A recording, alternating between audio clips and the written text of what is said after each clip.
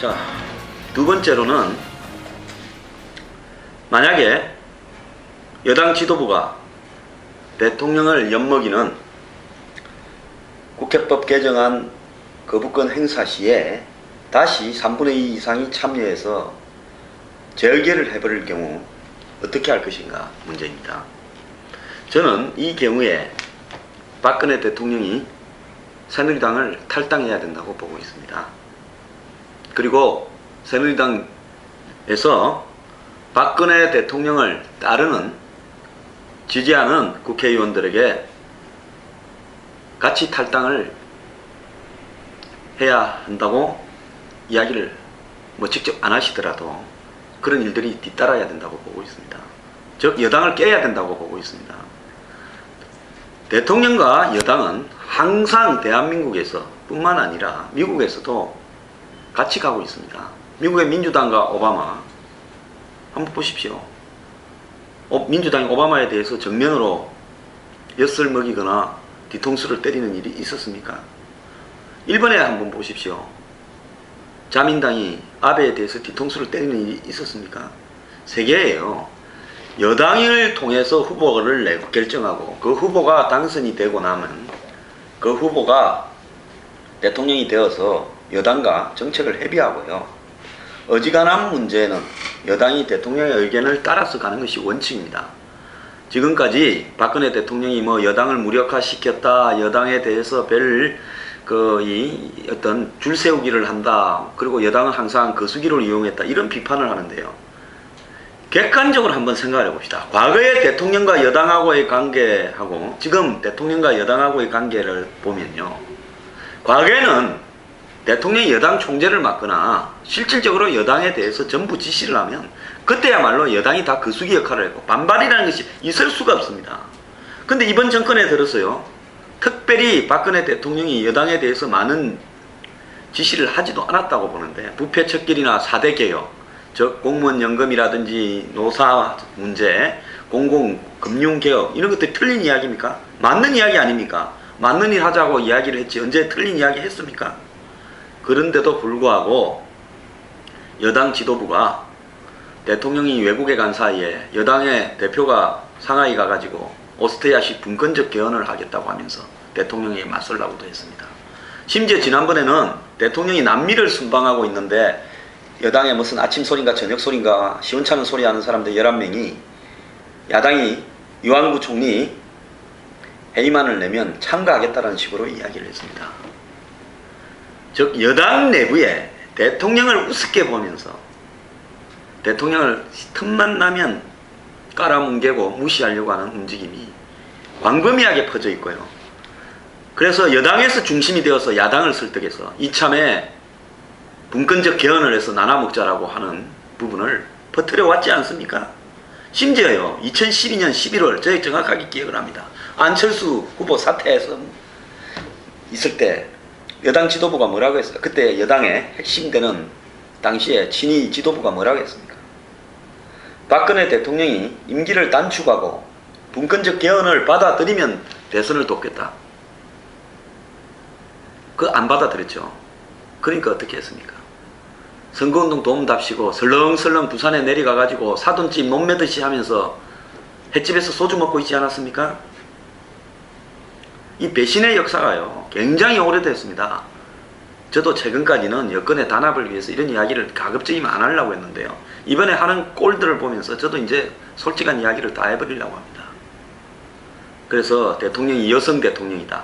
과거처럼 카리스마로 여당 지도부에 대해서 겁도 주고 잘못하면 집어넣겠다 하고 이렇게 하지 않으니까 이제는 여당 지도부나 한마디로 보수 언론들이 대통령 보기를 우습게 보면서 사사건건 시비를 걸어왔지 않습니까?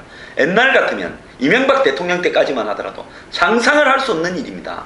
이명박 대통령요 당시 여당 지도부가 말 잘 안 들으면 청와대 부릅니다. 불러서 굉장히 바로 대놓고 질타하지 않았습니까?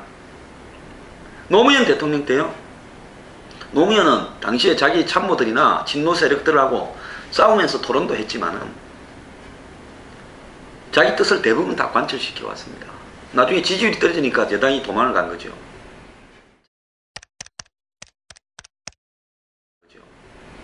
자, 박근혜 대통령에 대해서 여당 지도부가 이번에 국회법 개정안을 통해서 어떤 생각을 하고 있는가를 보여줬다, 정확하게. 자, 실수인 것처럼 하면서 사고를 낸 거죠. 이걸 부인하면요, 모르고 그랬다, 강제성이 없는 줄 알았다 이러면 차라리 그냥 행정부를 결재하려고 우리도 생각이 있어서 통과시켰다고 말하는 게 정치인답고 떳떳하지 않습니까? 사고 쳐놓고 이제 와가지고 몰랐다고 이야기하는 게 떳떳합니까?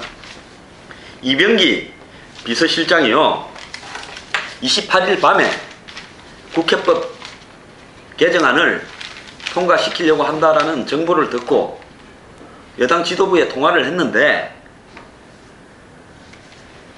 유승민 대표는 전화도 연결 안 되고 김무성 대표는 법이 통과된 다음에 항의 전화 받고 알았다, 이렇게 이야기를 했습니다. 자, 이 말은 뭔 말입니까?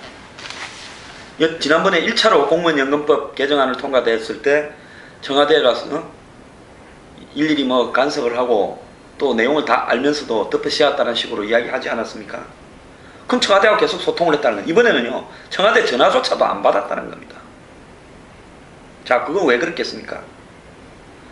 법 통과가 자신들 내부에 결정된 사항이었기 때문에 전화 오면 괜히 이 법 통과하지 말라고 이야기할 거니까 귀찮아서 안 받았다는 거 아니겠습니까? 그래서요, 작심을 하고 통과시켰으면 대통령이 거부권을 시사하면요, 원내대표는 사표를 내는 것이 맞고 당대표는 이번 사건의 전말에 대해서 사과를 하든지, 사과하기 싫으면 물러가는 게 맞다고 봅니다. 그러지 않으면요, 같이 당을 하면 안 되죠. 그렇지 않습니까? 근본적으로 상권 분립을 위협하고 위헌의 소지가 있고 그 다음에 대통령의 권한을 무력화시키고, 정치적으로는요, 이런 거 중요한 거 아니에요. 정치적으로 이 법이 통과되어서 대통령이 거부권도 행사 못하고 끌려가면 그걸로 이제 대통령의 이 권위는 땅에 떨어진 것이고 레임덕이 이미 와버린 것입니다. 어느 장관이 대통령을 이제 말을 듣겠습니까? 국회 말을 듣겠습니까? 여당 지도부 말을 더 듣지 않겠습니까? 근데 뭔 대통령이 개혁을 하고 부패 척결을 하겠습니까? 모든 게 끝난 거지요. 그렇기 때문에 옛날에 쿠데타나 반정을 시도하면요, 성공하면 권력을 누리죠. 실패하면 뭡니까? 목을 내놓고 하는 게 쿠데타고 반정 아닙니까? 조선시대에 뭐 중종 반정, 인조 반정 해서 연산군 광해군을 몰아내는 두 차례의 반정이 있었지 않습니까? 성공하면요, 공신이 되는 거예요. 실패하면 어떻게 됩니까? 사약을 먹고 가야 되는 겁니다.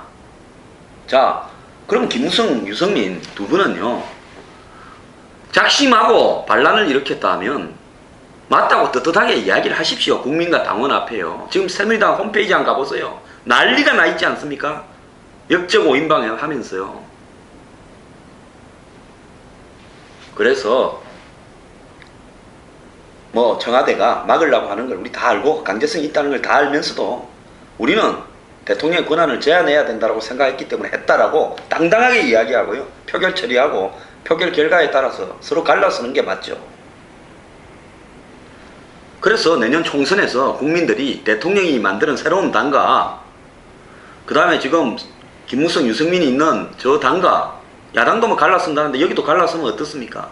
누가 옳은지 지지해달라고 이야기하는 게 당당하지 않습니까?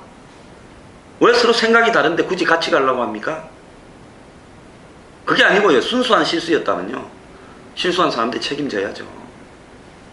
저는요, 이번에 이 국회법 개정안 문제에 대해서 그 배경에 담겨있는 그 의도 때문에 이걸 이번에 그냥 대통령이 거부권 행사해서 뭐 그냥 폐기를 해서 적당히 넘어가서는 안 된다고 보고요, 이참에 분명하게 기강을 잡고 거기에 따르는 어떤 처벌, 대가를 치르게 하든지 아니면 갈라서든지, 그것이 올바른 정치를 하는 원칙이라고 봅니다.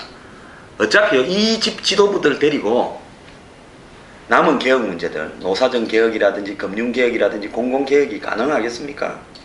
절대 불가능합니다. 이번에 공무원 연금이 개혁입니까? 이게 저는 조정도 안 된다고 봐요. 그렇기 때문에 이번에 명확하게 벌어졌던 일에 대해서 책임을 정리해야 된다고 봅니다.